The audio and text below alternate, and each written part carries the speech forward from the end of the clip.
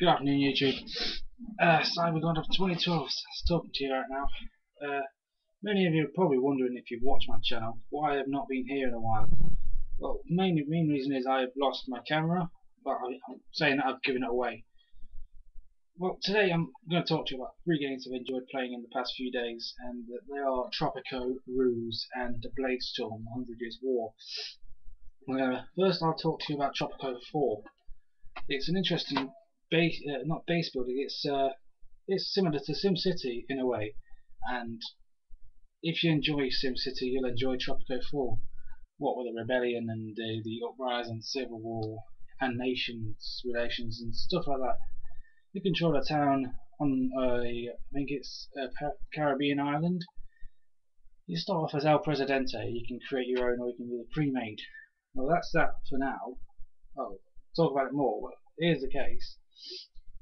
And I got it all from Amazon, perfect condition. I'd say it cost me £20, 18 for me, because I used a voucher, £2 voucher. It was pretty pointless. I might as well just pay the old 20 because of the postage and packaging. I've been playing it for a few weeks now, and I've found it really interesting. So if you're interested, buy it, play it. I guarantee people who like SimCity will enjoy it. And I've not completed it yet. I'm still working out the sandbox system so I can get it up, so I can get an advantage when I play the campaign. So I completed the first campaign mission, but after that I went a bit lost. Next I'll talk to you about R.U.S.E. Now R.U.S.E is based in World War II, and you play as, I think it's General Joe Sheridan, and the case actually says R.U.S.E don't believe what you see. And to me, it's obviously talking about Campbell, the World War II officer who is in fact a spy. And I learned that from history. I didn't need the game to tell me that, but yeah, it's quite interesting. Yeah, I got it again. I got this off Amazon, good condition. If you like games such as Command & Conquer or Age of Empires, I'd suggest it. But it's not like that at all. It's still got the bases, but it's not like. Well, there's a few YouTube videos online, not mine, but I probably will get around to doing one for you. But it's pretty much your base building is pretty much on a road, except for your anti-tank bunkers or your defense bunkers. That's what it is. There's a fair few campaign missions, a few challenges, operative challenges. You can go against the AI. It's all fairly simple, straightforward war. There's a few nations to select. There's the U.S., USSR, British, German, Italian and French. And my favourite of course are the USSR. They have some of the best weapons, but they're not so good against anti-air. They're not so good against the air forces, but they're relatively easy if you pick the USSR. If you want a challenge, beat the Italians. It's a straight, simple war with them. It's basically your David to the next Goliath, only this time Goliath will win, hands down. I love R.U.S.E. I wouldn't choose it over Command & Conquer or Age of Empires, but R.U.S.E is a really good game. I would recommend it. And Bladestorm. Well, to me, Bladestorm was a legendary game. It was amazing. The campaign. Everything about Bladestorm really amazed me. It surprised me. I didn't think it'd do as well as it did. It's made by the people who made Dynasty Warriors, Samurai Warriors, Warriors of Orochi. But it did surprise me when I played it. Here's the Bladestorm packaging casing. Again, I got this on Amazon in great condition.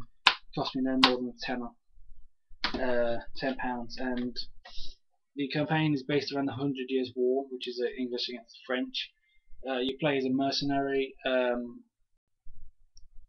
Personally, I went for a British mercenary. Focused on sword building, sword upgrading, until I realised you had to upgrade them all to get a secret weapon at the end. Well, I found that sticking to one class and building it to 100%, it was easy, and you do get a sword weapon when you complete the swords to 100%. Saying that, you probably don't know what I'm talking about if you don't know what Bladestorm is, but He plays a mercenary. I think you said that. You pick a few classes when you first start, which is archers, spears, swords, horsemen, and as you go on, you get other things like elephants, chariots, Mongolian crossbows. It's wild. I would recommend Bladestorm highly. They don't get much advertisement. I've not seen them on advertisement, but I would recommend Bladestorm as much as I recommend Tropico and R.U.S.E. Now these three games I've got, they don't get much advertisement, so I'll do an advert now. Well, it's just these three. I would recommend them highly. I would recommend them. And so on that note, well, I've got time to do one more game, and I'll talk about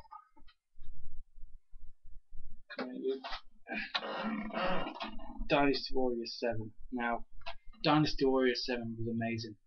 My only problem is that it doesn't have the same as all the other Dynasty Warriors, which is a free mode, but it did have the Conquest mode, as well as the Campaign mode, which is well, it's now 4 kingdoms, which now includes Jin, or however you pronounce it.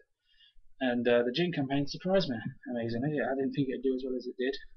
I know I say that about some games, but this one I mean it. The Conquest mode was quite good. You basically go through and unlock characters to play as them in the Conquest. You take part in their stories, their miniature stories, like R.U.S.E, which is a new character, Lubu, Diao-Chong. The only other problem I had was the pronunciation of the names. They've changed them. Like Cao Cao was pronounced Cao Cao in 5, 4, 3, and so on. Now they're calling him Cao Cao, and I didn't know who that was at first until I realised it was him talking. So like there are a few names that have been changed, like Sun Tzu or Sun Chuan, and that kind of confused me a couple of times, but I got the hang of it, and I've completed all 4 campaigns and the conquest mode, and they were really good, and I did enjoy Dynasty 7. I know you got it 5, then I've got number 5 here, and I've dropped it, and I'll get them later. But I've got Dynasty Warriors 5 Empires for the 360. That was all right for a conquest game. I would recommend. In fact, to be fair with you, I would recommend any game with the Koi symbol, Calypso symbol, or simply R.U.S.E.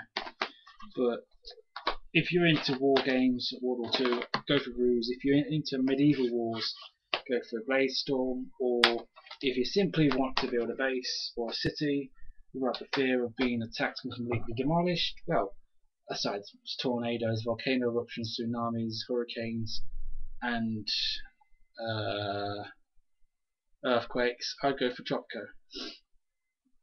That's my nattering done for today. So bid you all a good day, and thank you for watching the video if you did. And if you did, thank you. See you later, YouTube viewers.